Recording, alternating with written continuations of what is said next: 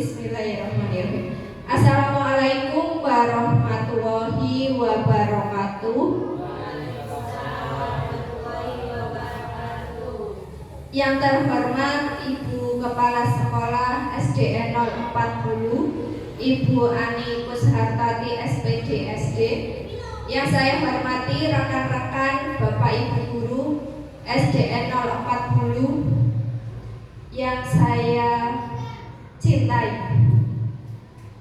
Alhamdulillah pada hari ini kita dapat berkumpul dalam acara diseminasi modul 1.4 penyebaran pemahaman budaya positif. Saya Nurul Hikmah Istiharoh SPD sebagai CGP Angkatan 11 Kabupaten Pemalang. Puji syukur kehadirat Allah Subhanahu wa Ta'ala yang telah melimpahkan karunia-Nya, dan tak lupa sholawat serta salam semoga selalu tercurahkan kepada Nabi Muhammad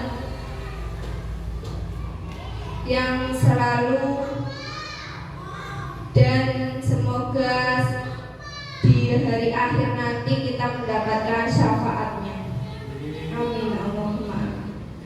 Pada siang hari ini, izinkan saya memaparkan pemahaman budaya positif. Sebelumnya ada video yang sangat bagus sekali.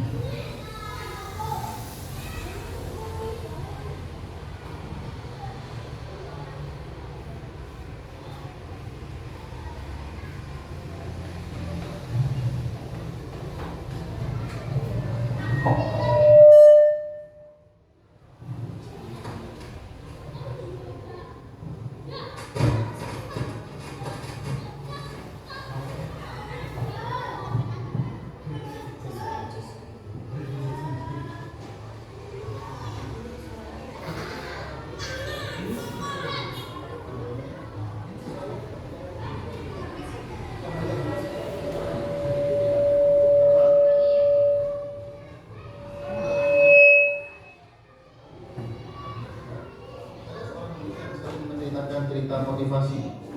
Suatu hari guru ini meminta dia itu untuk memotivasi murid-muridnya agar belajar. Ada seorang guru yang sering menceritakan cerita motivasi.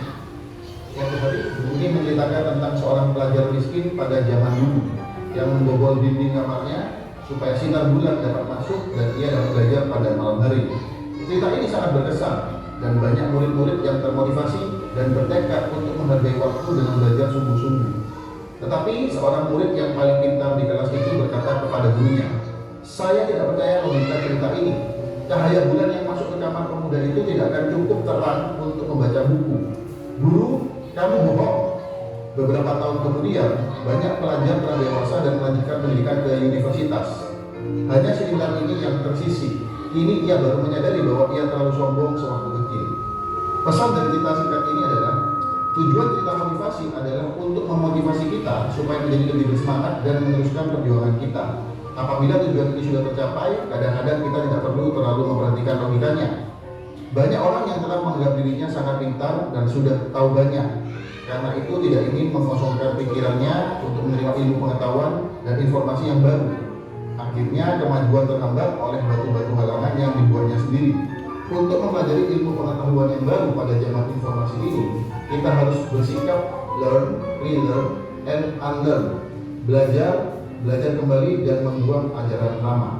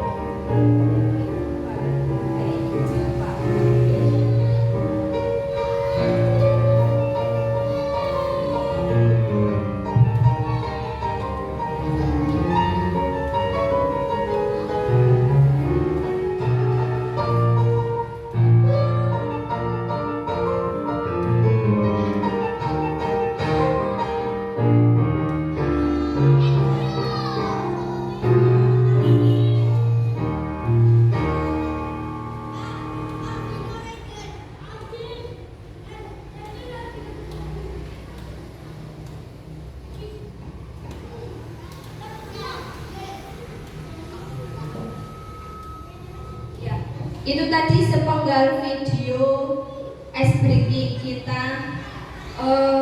Ada pesan apa Bapak Ibu di dalam video tadi?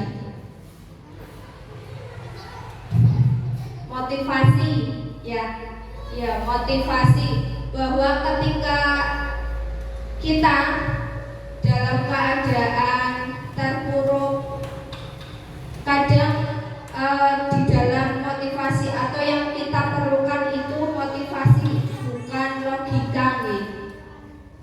Kita hanya perlu bangun, bangkit, dan tentunya motivasi itu datang dari diri kita sendiri. Walaupun banyak orang lain yang memotivasi kita, kalau kitanya tidak bisa termotivasi, tidak akan jadi apa-apa Bapak Ibu. Selanjutnya SBK yang kedua, saya punya pertanyaan. Pertanyaannya ada, nanti jawabannya ada 6 huruf. Ya, ada. Oke.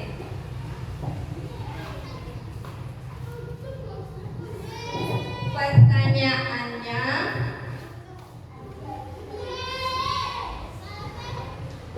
belut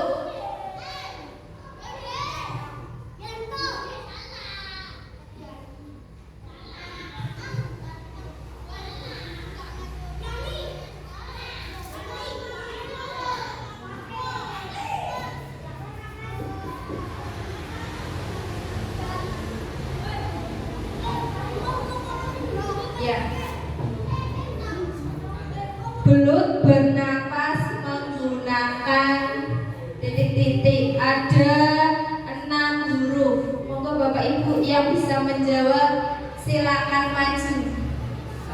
Boleh Bu Ayu?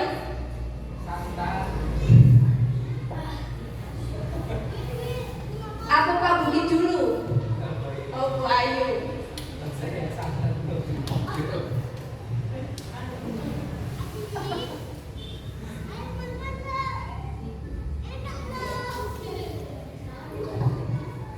Boleh kembali Bu Ayu. Terima kasih jawabannya Bu Ayu. Ya, kira-kira betul apa salah ini Bapak Ibu? Belut bernapas menggunakan, kalau tadi jawabannya Pak Budi itu santan, ya, belut pecah santan. Ya, jawabannya Bu Ayu benar Bapak Ibu. Ya, tepuk tangan untuk Bu Ayu. Belut bernapas menggunakan insang. Terima kasih.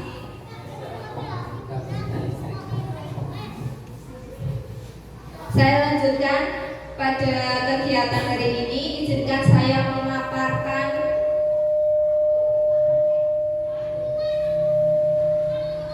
konsep budaya positif. Ya. Saya berada di depan panjenengan semua bukan karena saya yang paling ya Bapak Ibu, bukan maksud saya untuk menggurui, tapi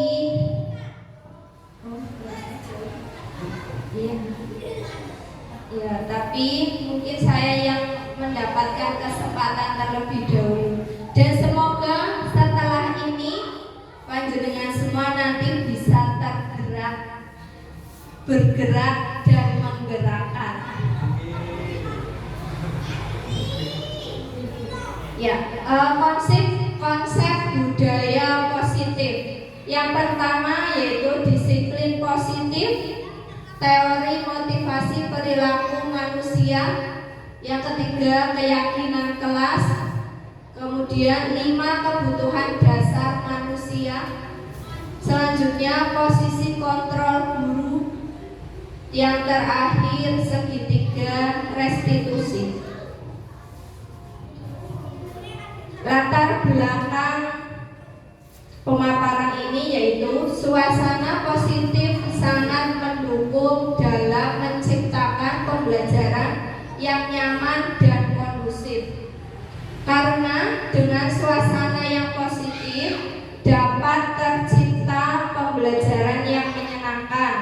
Suatu kebutuhan suasana positif juga membantu menggerakkan moral yang positif bagi murid, sehingga karakter tidak hanya terbentuk dari akademik atau intelektualnya saja, tapi juga lingkungan yang ada. Budaya positif adalah nilai-nilai keyakinan, kebiasaan di sekolah yang berpihak pada murid agar murid dapat berkembang menjadi pribadi yang kritis dan bertanggung jawab. Dalam rangka menciptakan lingkungan positif, salah satu strategi yang perlu kita tinjau kembali adalah penerapan disiplin di sekolah kita. Apakah telah efektif? Apakah masih perlu ditinjau kembali? Apa sesungguhnya arti dari disiplin itu sendiri? Kemudian apa kaitannya dengan nilai-nilai kebajikan? Selanjutnya, disiplin positif merupakan cara penerapan disiplin tanpa kekerasan, ancaman, paksaan yang praktik di dalamnya melibatkan komunikasi, atau dalam kata lain penerapan disiplin yang humanis. Dalam penerapannya, disiplin positif mengajarkan tentang konsekuensi dan perilaku. Selain itu juga mengajarkan murid tentang bertanggung jawab, rasa hormat dalam interaksi dengan lingkungan. Disiplin positif bertujuan menumbuhkan kesadaran serta memberdayakan murid untuk melakukan suatu tanpa paksaan, ancaman maupun hukuman. Selanjutnya, nilai kebajikan. Nilai kebajikan merupakan fondasi dalam berperilaku. Nilai kebajikan ini berhubungan dengan motivasi. Menurut Dr. Gosen mengemukakan bahwa dengan mengaitkan nilai-nilai kebajikan yang diyakini seseorang, maka motivasi intrinsiknya akan terbangun, sehingga menggerakkan motivasi dari dalam untuk dapat mencapai tujuan mulia yang diinginkan. Selanjutnya, nilai-nilai kebajikan. Ada nilai peduli, keterus-terangan, kebersihan, komitmen, belas kasih, percaya diri. Kemudian bertujuan tenggang rasa, gotong royong, rajin, keberanian, kesantunan, kreatif, semangat, kedermawan, kejujuran, dermawan, kemudian harga diri, rendah hati, ada integritas, kebahagiaan, keadilan, baik hati, kesetiaan, berprinsip, bersahaja, keteraturan, kedamaian, keteguhan hati. Kemudian nilai rasa hormat, tanggung jawab, pengabdian, bijaksana, bersyukur, toleransi, percaya, lurus hati, ketegasan, dan pengertian. Demikian adalah nilai-nilai kebajikan. Disiplin positif akan melahirkan nilai-nilai kebajikan. Lalu, nilai kebajikan apa yang diharapkan? Tentunya kita ingin menghasilkan siswa atau murid-murid yang berprofil pelajar Pancasila, yaitu yang pertama beriman, bertakwa kepada Tuhan Yang Maha Esa, dan berakhlak mulia, berkebinekaan global, bergotong royong, kreatif, bernalar kritis, dan mandiri. Selanjutnya, teori motivasi, hukuman, dan penghargaan, kemudian restitusi. Teori motivasi perilaku manusia. Yang pertama, adanya motivasi yaitu untuk menghindari ketidaknyamanan atau hukuman. Apa yang akan terjadi apabila saya tidak melakukannya? Nah, contoh, ini merupakan motivasi eksternal. Kalau contohnya, kalau saya terlambat nanti bagaimana? Kalau saya tidak memakai atribut lengkap, nah nanti saya dihukum. Itu contohnya. Kemudian yang kedua, untuk mendapatkan imbalan dari orang lain atau institusi. Apa yang akan saya dapatkan apabila saya melakukannya? Itu juga termasuk motivasi eksternal. Contohnya, saya mau belajar kalau nanti saya dapat hadiah. Yang ketiga, untuk menghargai diri sendiri. Saya akan menjadi orang yang seperti apa bila saya melakukannya. Nah, ini merupakan motivasi internal. Berarti datangnya dari diri sendiri. Motivasi internal merupakan tujuan dari disiplin positif. Motivasi dari dalam diri atau intrinsik. Saat seseorang anak belajar untuk pertama kali menggabungkan huruf-huruf dan kata-kata serta menyadari bahwa ia dapat membaca, timbul pijar di matanya dan sebuah senyuman di wajahnya. Anak tersebut begitu gembira bahwa ia telah mempelajari dan menguasai suatu keterampilan baru. Kesadaran akan kemampuannya bahwa dia sudah dapat membaca sesungguhnya sudah merupakan sebuah penghargaan. Jika kita memberikan penghargaan kepada seorang anak pada saat dia sedang merasa bangga dengan pencapaiannya sendiri, maka kita akan mengambil kegembiraan yang saat itu sedang dirasakan secara alamiah. Selanjutnya yaitu keyakinan kelas. Keyakinan kelas dengan peraturan kelas sama apa tidak, Bapak Ibu? Coba kita lihat dari contoh kalimatnya. Kalau peraturan itu contohnya selalu kembalikan buku ke tempatnya. Itu peraturan. Kemudian dilarang mengganggu orang lain. Hadir di sekolah 15 menit sebelum pembelajaran dimulai. Dilarang melakukan kekerasan. Dilarang menggunakan narkoba bergantian atau menunggu giliran. Gunakan masker. Kemudian jangan berlari di kelas atau koridor. Itu tadi contoh dari peraturan. Kalau peraturan itu menggunakan kata kerja ya, dilarang itu. Kemudian kalau keyakinan kelas, contohnya tanggung jawab, menghormati orang lain, berkomitmen, keselamatan, menghormati orang lain lagi, kesehatan, kemudian bersabar, ada keselamatan dan keamanan.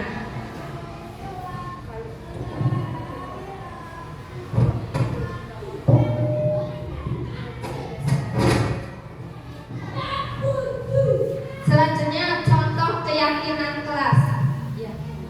Sebagai pendidik, sebagai guru, seharusnya kita dapat membuat atau menciptakan keyakinan kelas di kelas masing-masing. Contoh keyakinan kelas 1, ini di kelas saya. Keyakinan kelas 1 yang pertama, saling berbagi, kemudian bertanggung jawab, disiplin, saling menghargai, selalu semangat dan bahagia. Ya, ini contoh dari keyakinan kelas. Kalau peraturan tadi, peraturan kan kata-katanya diawali dengan dilarang, ya, jangan, ya. Itu bedanya peraturan dan keyakinan kelas. Dalam menjalankan peraturan ataupun keyakinan kelas atau sekolah, bila mana ada suatu pelanggaran, tentunya sesuatu harus terjadi. Untuk itu kita perlu meninjau ulang tindakan penegakan peraturan atau keyakinan kelas yang kita buat selama ini. Tindakan terhadap suatu pelanggaran pada umumnya berbentuk hukuman atau konsekuensi. Selanjutnya, hukuman, konsekuensi, dan restitusi. Ya, restitusi adalah proses menciptakan kondisi bagi murid untuk memperbaiki kesalahan mereka, sehingga mereka bisa kembali pada kelompok mereka dengan karakter yang lebih kuat. Menurut Bosen, restitusi juga merupakan proses kolaborasi yang mengajarkan murid untuk mencari solusi untuk masalah mereka dan membantu murid berpikir tentang orang yang seperti apa yang mereka inginkan dan bagaimana mereka harus memperlakukan orang lain. Mari kita cari tahu Bapak Ibu. Sebelum kita membahas restitusi, kita perlu bertanya dulu, adakah perbedaan antara hukuman dan konsekuensi? Menurut Bapak Ibu, hukuman dan konsekuensi itu beda apa sama? Beda. Yang lain sama atau beda? Beda. Boleh next Pak. Selanjutnya. Nah ini, bahwa hukuman dan konsekuensi itu berbeda gitu Bapak Ibu. Penjelasannya, hukuman contohnya sesuatu yang menyakitkan yang harus terjadi. Kemudian hukuman juga membuat anak sakit, misalnya fisik maupun hati, ya. Bisa saja hatinya sakit kalau dihukum. Kemudian anak membenci kedisiplinan. Nah, hukuman itu biasanya bersifat memaksa atau paksaan. Kemudian mendorong anak menyakiti diri sendiri. Selanjutnya, hukuman juga konsep diri yang buruk, karena anak belajar untuk menyembunyikan kesalahan. Ya, anak jadi lebih memilih berbohong daripada nanti dihukum. Hukuman juga membuat marah, rasa bersalah, dipermalukan, merasa tak dihargai. Itu tadi hukuman. Nah, sekarang konsekuensi. Konsekuensi yaitu sesuatu yang harus terjadi. Misalnya membuat anak merasa tidak nyaman dalam jangka waktu pendek. Anak menghargai disiplin. Kemudian stimulus tanggapan, mendorong anak agar mudah menyesuaikan diri. Konsekuensi juga merupakan konsep diri yang baik, karena anak belajar untuk mematuhi peraturan dan anak juga tidak kehilangan haknya, dibuat tidak nyaman, diasingkan dan diasingkan untuk sementara. Ya, mari kita pahami Bapak Ibu. Mencatat 100 kali di dalam buku kalimat dengan kalimat saya tidak akan terlambat lagi. Ya, itu dicatat sebanyak 100 kali. Berarti merupakan contoh dari hukuman. Selanjutnya, lari mengelilingi lapangan basket 2 kali karena terlambat hadir di sekolah. Itu juga contoh hukuman. Selanjutnya, membersihkan coretan yang dibuatnya di meja tulis. Ya, ini hukuman apa? Konsekuensi Bapak Ibu. Konsekuensi atau sanksi ya. Selanjutnya, murid diminta untuk push up. Ini hukuman apa konsekuensi? Hukuman. Mengganti kertas tugas teman yang telah dicoret-coret. Ya, konsekuensi. Kemudian berjemur di lapangan basket pukul 12 siang karena mengobrol dengan teman. Ini contoh hukuman ya. Jadi hukuman dan konsekuensi itu berbeda ya Bapak Ibu. Kalau hukuman itu melibatkan fisik atau hati, bisa saja fisiknya yang sakit atau hatinya yang sakit. Karena tadi dihukum berdiri di lapangan pukul 12 siang, atau dihukum apa biasanya yang dihukum ya push up, itu juga termasuk fisik ya. Selanjutnya mari kita refleksikan, mari kita renungkan. Selama ini sebagai seorang pendidik, apakah kita pernah memberikan hukuman kepada murid? Hukuman yang seperti apa? Pernah apa tidak Bapak Ibu? Pernah ya? Pernah pasti.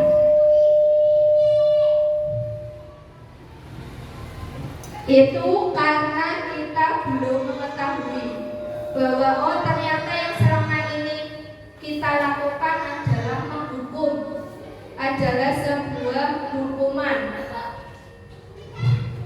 Selanjutnya, selain hukuman, kita juga pasti pernah memberikan sebuah penghargaan bagi murid kita. Pernah ya Bapak Ibu ya? Misalnya yang bisa menjawab pertanyaan dari guru nanti dapat permen, dapat hadiah. Itu juga termasuk penghargaan. Lalu apa dampak pemberian hukuman dan penghargaan? Apakah murid akan tetap mengulangi kesalahannya? Nah, berhubungan dengan hukuman dan konsekuensi, ada yang namanya restitusi Bapak Ibu. Restitusi adalah proses menciptakan kondisi bagi murid untuk memperbaiki kesalahan mereka, sehingga mereka bisa kembali pada kelompok mereka dengan karakter yang lebih kuat. Restitusi juga merupakan proses kolaboratif yang mengajarkan murid untuk mencari solusi untuk masalah mereka dan membantu murid berpikir tentang orang seperti apa yang mereka inginkan dan bagaimana mereka harus memperlakukan orang lain.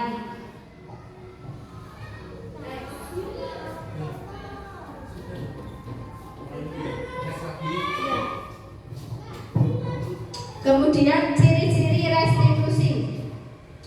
Restitusi bukan untuk menebus kesalahan, namun untuk belajar dari kesalahan. Restitusi bertujuan memperbaiki hubungan. Restitusi adalah tawaran, bukan paksaan. Restitusi itu menuntun untuk melihat ke dalam diri. Kemudian untuk mencari kebutuhan dasar yang mendasari tindakan. Restitusi diri adalah cara yang paling baik. Restitusi itu fokus pada karakter, bukan tindakan. Kemudian restitusi menguatkan. pada solusi dan mengembalikan murid yang berbuat salah pada kelompoknya.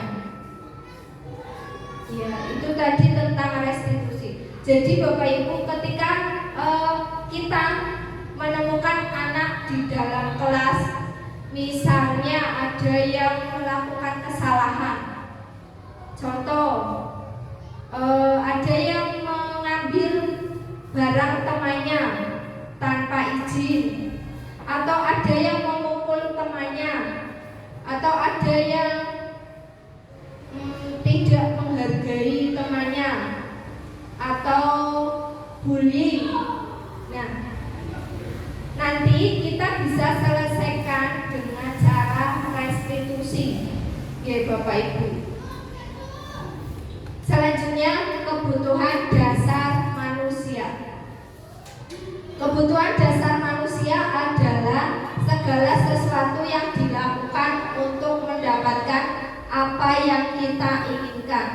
Seluruh tindakan yang kita lakukan memiliki tujuan tertentu, dan semua usaha terbaik yang kita lakukan adalah dalam rangka agar kebutuhan dasar kita terpenuhi dengan baik.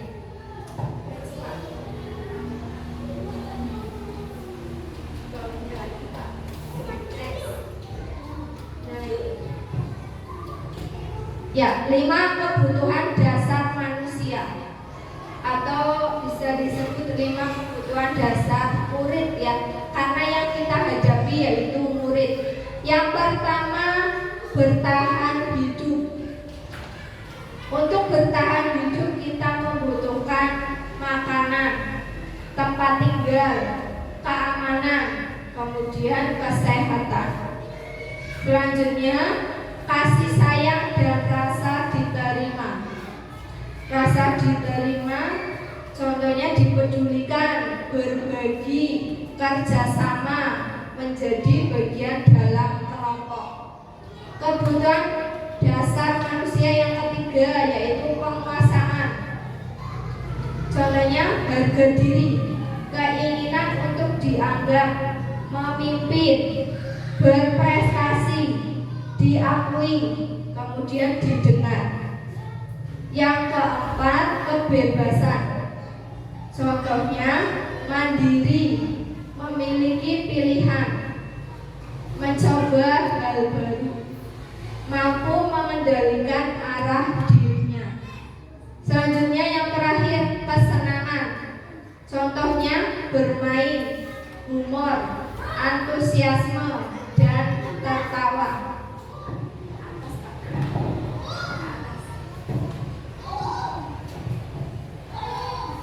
Ya, selanjutnya ada 5 posisi kontrol. Sebagai guru, ada 5 posisi kontrol kita. Yang pertama yaitu penghukum, bahwa guru bisa menjadi orang yang menghukum atau penghukum ketika kita melakukan hukuman kepada anak. Contohnya tadi push up 50 kali, kemudian berdiri di depan halaman. Itu contoh dari penghukum. Selanjutnya, pembuat merasa bersalah. Ya. Kemudian yang ketiga, pemantau. Yang keempat, ada manajer. Yang kelima, posisi kontrol kita sebagai guru yaitu sebagai teman.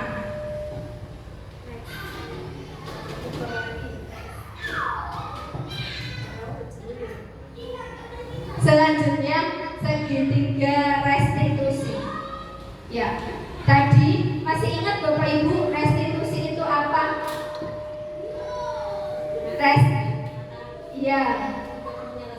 Menyelesaikan masalahnya dengan cara apa? Ya, bukan dengan menghukum atau hukuman. Ya, nah ini Bapak Ibu, dalam menyelesaikan masalah anak yang kita hadapi di kelas bisa menggunakan segitiga restitusi. dialog yang dijalankan oleh guru agar dapat menghasilkan murid yang mandiri dan bertanggung jawab. Ada 3. Yang pertama yaitu yang merah ini menanyakan. Yang pertama itu ini.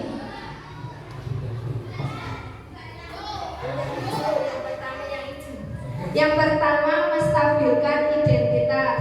Kemudian validasi tindakan yang salah. Kemudian terakhir menanyakan keyakinan. Ini Bapak Ibu, yang pertama dalam menjalankan segitiga restitusi, yang pertama kita lakukan yaitu menstabilkan identitas. Berdasarkan prinsip membuat kesalahan adalah bagian dari proses pembelajaran. Ya, yang pertama misalnya kita menemukan anak yang merebut alat tulis temannya. Contoh pada murid kelas 1 ada seorang anak laki-laki namanya David. David meminjam atau mengambil pensil dari Tiara tanpa meminta izin. Nah, yang pertama kita lakukan Bapak Ibu, jangan langsung menghukum, kamu salah, kamu nanti saya hukum lari keliling lapangan. Ya. Nah, dalam hal ini kita bisa menerapkan segitiga restitusi. Yang pertama kita lakukan,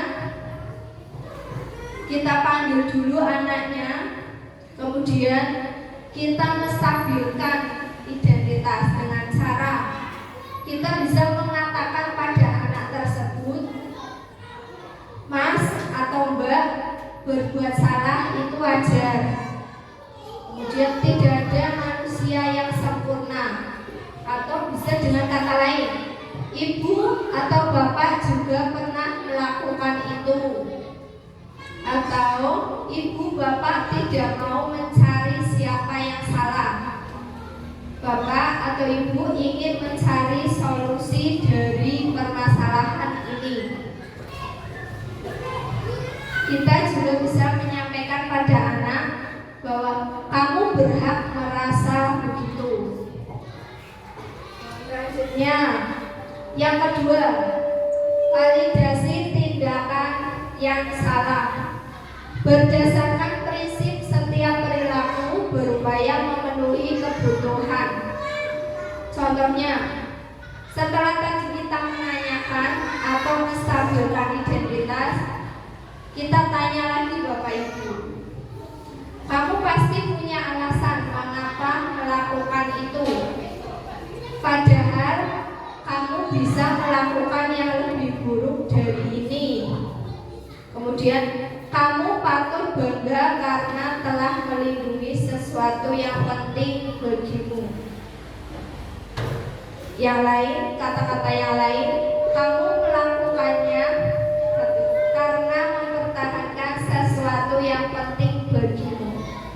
Itu tadi yang memvalidasi bahwa tindakannya itu dipertegas Bapak Ibu. Kita cari tahu alasannya. Kita dengarkan dulu anaknya ngomong apa. Cara yang ketiga, selanjutnya menanyakan keyakinan kelas. Ya.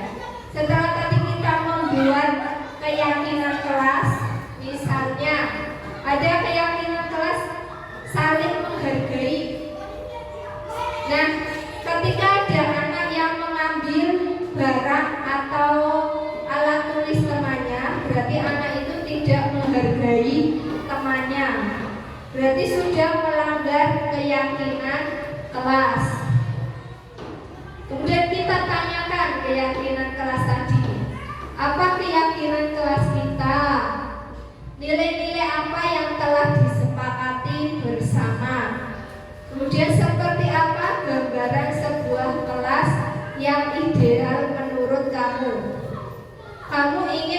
orang yang seperti apa? Nah ini. Berikut tadi adalah contoh penerapan segitiga restitusi. Selanjutnya, ya kita sudah sampai ke kesimpulan Bapak Ibu.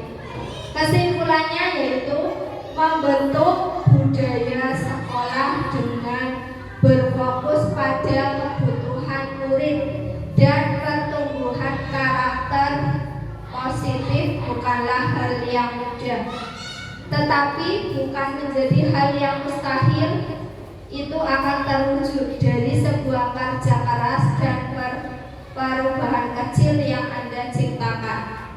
Buah dari kerja keras ini dapat dilihat ketika kita menyadari bahwa murid telah tumbuh menjadi seorang dewasa yang sukses di pekerjaannya, di kehidupannya, dan relasinya dengan orang lain. Dengan karakter yang memiliki integritas tinggi, bertanggung jawab, dapat diandalkan, berbudi pekerti luhur, dan bermanfaat bagi lingkungan dan negara. Terakhir, penutup. Dalam penerapan program disiplin positif, hendaknya guru memiliki standar kepribadian profesional dan sosial yang baik, di mana guru mampu merefleksi dirinya dalam posisi kontrol saat ini, bagaimana perjalanan dirinya sebagai among atau manajer yang menuntun murid-murid menjadi insan yang mandiri, bertanggung jawab, merdeka. Sudah.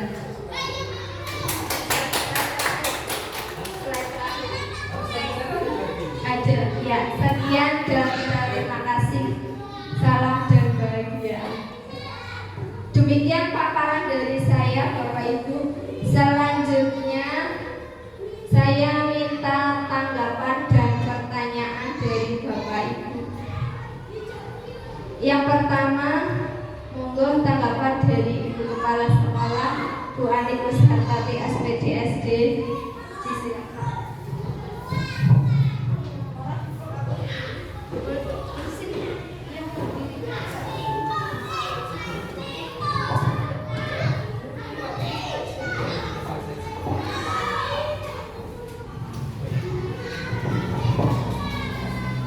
Assalamualaikum warahmatullahi wabarakatuh.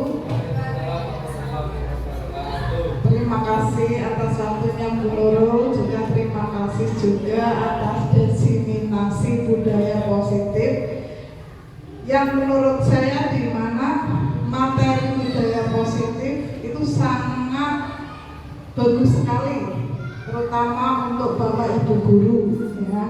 Mungkin ketika kita kuliah kita nggak mendapatkan materi seperti ini ya nggak ada, saya juga selama kuliah nggak pernah. Nah ini baru dapat setelah Bu Nurul menjelaskan apa itu budaya positif. Nah, saya akan menanggapi dari pemaparan materi yang disampaikan Bu Nurul, itu cukup bagus Bapak Ibu. Dan di sini saya mau memberi tanggapan sedikit ya Bu, boleh ya Bu? Ya, sekalian saya memberi yang tadi saya dengar lah hasilnya kurang lebih seperti itu. Ternyata di sini disiplin positif itu mengandung beberapa unsur yang tadi ada termasuk keyakinan kelas, hukuman atau konsekuensi, terus ada restitusi, ada juga tadi kebutuhan dasar manusia, dan juga 5 posisi kontrol kita sebagai guru, dan yang terakhir tadi segitiga restitusi. Mungkin kita baru mendengar apa sih segitiga restitusi, oh ternyata seperti itu. Pertama saya juga bingung apa ya restitusi. Nah, ternyata setelah dijelaskan, insya Allah kita paham. Kalau saya ambil kesimpulan dari tadi yang disampaikan, yang pertama, ternyata budaya positif di sini memang tujuannya yang pertama untuk mewujudkan pembelajaran yang berpihak pada murid, ya Bapak Ibu. Kita mengutamakan murid, betul-betul murid di sini sebagai pokoknya kita betul-betul mengutamakan murid dulu. Yang kedua, tadi untuk mewujudkan pembelajaran yang berpihak pada murid, ternyata kita harus menciptakan disiplin positif, yang dimana dengan disiplin positif tadi bisa mewujudkan suasana yang nyaman di lingkungan sekolah. Nah, kalau sudah nyaman di lingkungan sekolah, itu kita bisa menciptakan budaya positif atau kebiasaan-kebiasaan yang baik, ya, kebiasaan yang baik ya macam-macam. Kenapa kita butuh menciptakan lingkungan yang nyaman? Karena menurut saya sekolah itu rumah kedua bagi murid, Bapak Ibu. Nah, kalau rumah kedua bagi murid, seyogianya ya sekolah menjadi tempat yang nyaman bagi mereka. Nah, supaya sekolah menjadi tempat yang nyaman, ya kita sebagai Bapak Ibu guru yang bisa mengendalikan situasi yang nyaman di sekolah ini. Karena apa? Sekolah itu diibaratkan, kalau tidak salah yang disebutkan oleh Bapak Ki Hajar Dewantara itu kayak sawah ya Mbak, tanah ya Mbak, tanah yang untuk bercocok tanam, dan guru disinilah yang sebagai petaninya. Nah, agar benih-benih nanti yang ditanam tumbuh dengan baik, maka seorang petani harus bisa menyiapkan tanah tersebut menjadi tanah yang baik dan menjadi lingkungan yang baik juga. Terutama kita juga harus bisa menjauhkan dari hal-hal yang bisa merusak lingkungan tadi. Dalam hal ini berarti seorang guru harus mengusahakan sekolah tadi menjadi menyenangkan, biar anak-anak senang, nyaman. Ya, selain tadi juga bisa menjaga dan melindungi murid-murid dari hal-hal yang tidak baik, sehingga tadi akan tercipta iklim pembelajaran yang positif di lingkungan kelas masing-masing. Nah, agar tercipta lingkungan belajar yang positif tadi, seperti yang disampaikan oleh Bu Nurul, kita harus melaksanakan pembiasaan yang bisa menggiring siswa untuk pemenuhan keyakinan akan nilai-nilai kebajikan. Nah, pembiasaan tadi bisa tercipta karena kita bisa menciptakan budaya positif di sekolah. Kalau sudah tercipta budaya positif di sekolah, di sini anak-anak pasti tanpa diawasi, tanpa disuruh pun anak sudah terbiasa, Bapak Ibu. Ya, jadi insya Allah dengan kebiasaan yang positif tadi, mudah-mudahan bisa membentuk karakter anak-anak didik kita menjadi anak yang berkarakter sesuai dengan profil pelajar Pancasila. Jadi ini saya sekali lagi saya dan Bapak Ibu mengucapkan terima kasih kepada Bu Nurul atas diseminasi tentang budaya positif. Kita sebagai guru jadi sadar, oh ternyata seharusnya kita seperti ini, gitu ya Bapak Ibu ya. Ya kemarin mungkin kita akan perbaiki lagi Bu Nurul, insya Allah. Gitu aja Bu Nurul tanggapan dari saya. Terima kasih atas waktunya. Saya mohon maaf bila ada salah kata. Assalamualaikum warahmatullahi wabarakatuh.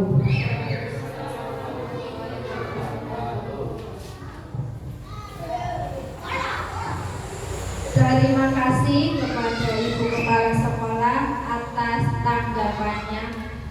Menyambung dari Ibu Ani tadi bahwa sebenarnya SD kita sudah melakukan budaya positif Bapak Ibu. Contohnya ketika anak sebelum masuk ke kelas, anak berbaris terlebih dahulu. Itu juga merupakan contoh budaya positif atau pembiasaan yang baik. Dengan anak berbaris itu mengajarkan anak itu perlu antri, ya antri, ya tidak menyerobot antrian atau tidak melanggar atau mendahului temannya.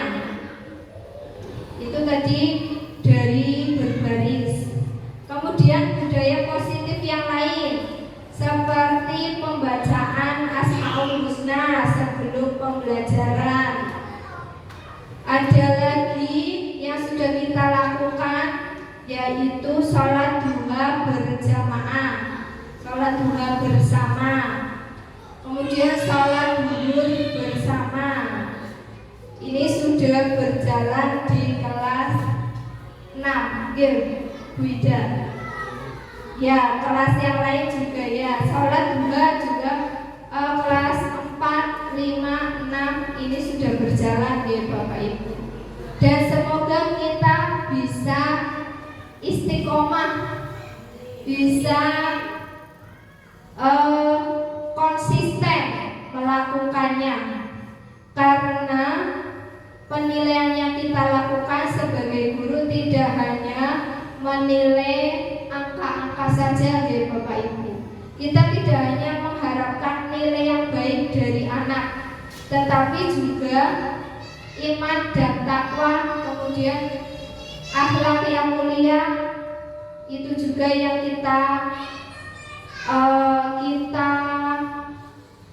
kita ingin dapatkan dari siswa. Kita menginginkan murid yang beriman, bertakwa, berakhlak mulia, ya. Dan tentunya dengan penerapan budaya positif yang sudah kita lakukan tadi. Kalau bisa nanti selanjutnya ditambah lagi. Nanti kita gali bersama ya Bapak Ibu. Budaya positif apalagi yang perlu diterapkan di SD kita, yang sesuai dengan sarana dan prasarana SD kita. Selanjutnya, kalau tadi sudah tanggapan, monggo Bapak Ibu yang ada atau yang punya pertanyaan bisa disampaikan. Monggo Bapak Ibu. Oh, Bu Tika, monggo Bu.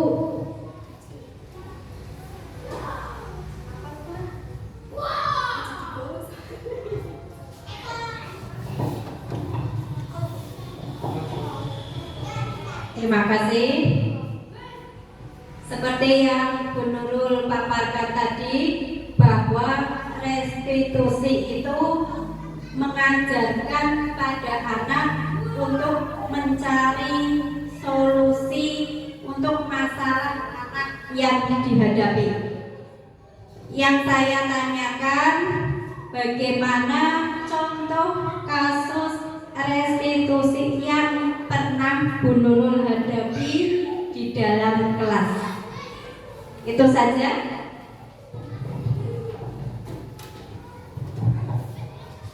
Terima kasih atas pertanyaannya kepada Bu Tika. Ya, tadi pertanyaannya berikan contoh penerapan restitusi di kelas. Kebetulan saya tahun ini mengajar kelas 1. penerapan segitiga restitusi yang sudah saya lakukan kemarin. Pada suatu hari ada, kalau saya kelas 1 kan biasanya saat akan membaca anak itu baris dulu Bapak Ibu, antri. Nah pada suatu hari ada seorang siswa laki-laki yang tiba-tiba datang, kemudian langsung barisnya di depan, berarti menyerobot antrian. Ya, dia tidak mau mengantri atau tidak mau mengikuti keyakinan kelas, yaitu menghargai orang lain. Nah setelah itu saya panggil anak itu, saya panggil, kemudian kita duduk berdua dan saya terapkan segitiga restitusi yang tadi sudah saya paparkan. Yang pertama, langkah yang pertama yaitu menstabilkan identitas. Saya tanya dulu, sebelum ditanya, kita ngobrol santai gitu tuh. Kita menghilangkan bahwa ketika anak dipanggil guru itu mereka pasti wajahnya itu sudah ketakutan. Ya Bapak Ibu, dipanggil Pak Buki, nah, pasti sudah takut sekali. Dipanggil Bu Nurul ke kantor, nah, pasti anak sudah langsung takut. Nah, yang pertama kita lakukan itu menanyakan dulu, ya, bahwa tidak apa-apa kamu berbuat salah, atau guru juga pernah melakukan kesalahan, ya, itu merupakan contoh menstabilkan identitas. Kemudian setelah itu langkah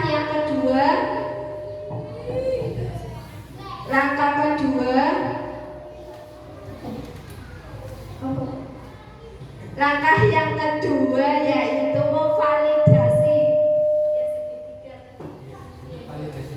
Ya, validasi tindakan yang salah. Kita gali dulu, kita dengarkan dulu murid bahwa dia itu pasti punya alasan kenapa melakukan hal itu. Contoh tadi, kamu pasti punya alasan mengapa kamu melakukan itu, mengapa kamu tidak mau mengantri, atau mengapa kamu tiba-tiba lari di depan, tidak mengantri di belakang temannya.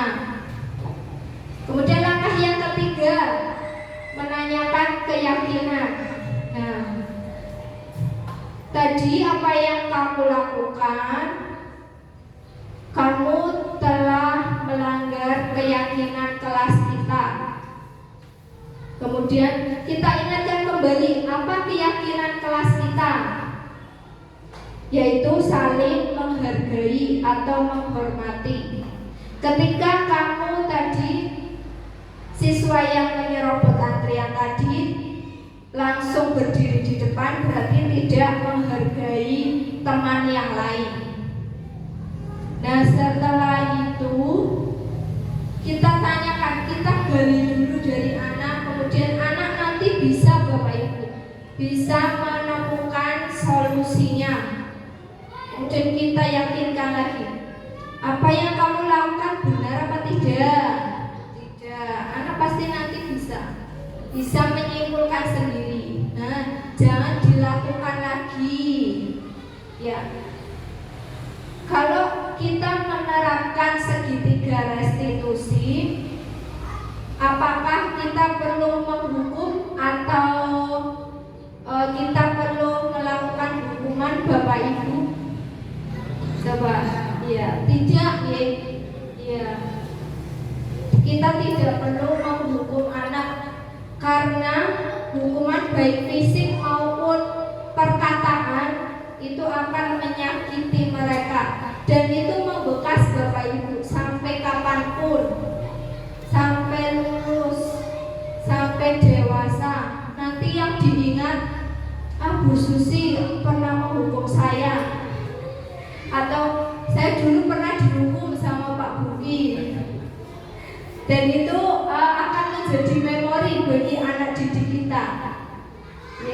Tentunya kita sebagai pendidik tidak ingin diingat oleh siswa sebagai guru ya, sebagai guru yang posisinya sebagai penghukum. Semoga selanjutnya kita bisa menerapkan segitiga restitusi di kelas. Jadi pertanyaan pertama, monggo satu lagi Bapak Ibu, pertanyaan kedua. Silakan Pak.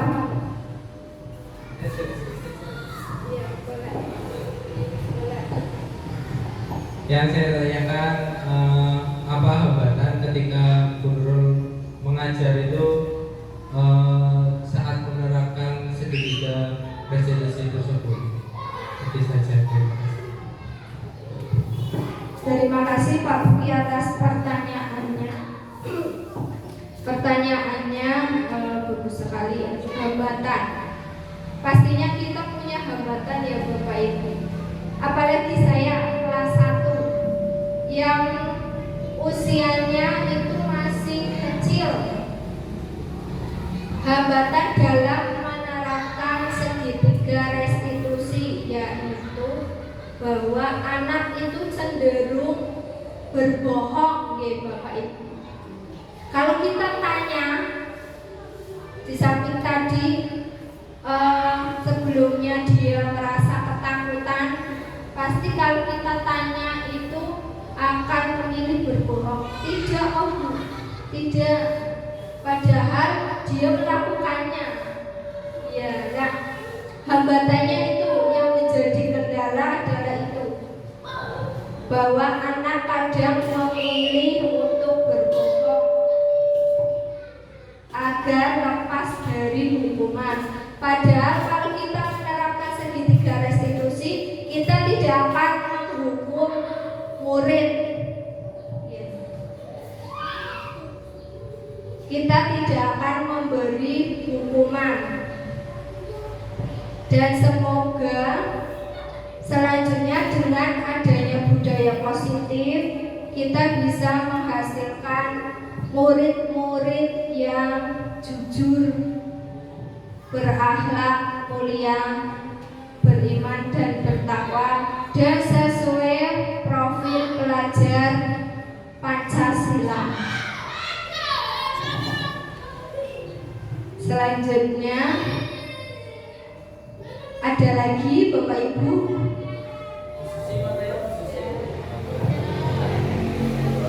Sudah cukup? Oke. Jika sudah cukup, selanjutnya saya tutup diseminasinya pada siang hari ini dengan ucapan hamdalah alhamdulillahirabbil alamin. Saya ucapkan terima kasih kepada Ibu Kepala Sekolah dan teman-teman Bapak Ibu Guru SDN 04 yang sudah meluangkan waktunya untuk datang ke acara saya. Saya ucapkan terima kasih dan mohon maaf apabila banyak salah kata dan tingkah laku. Saya akhiri. Wassalamualaikum warahmatullahi wabarakatuh.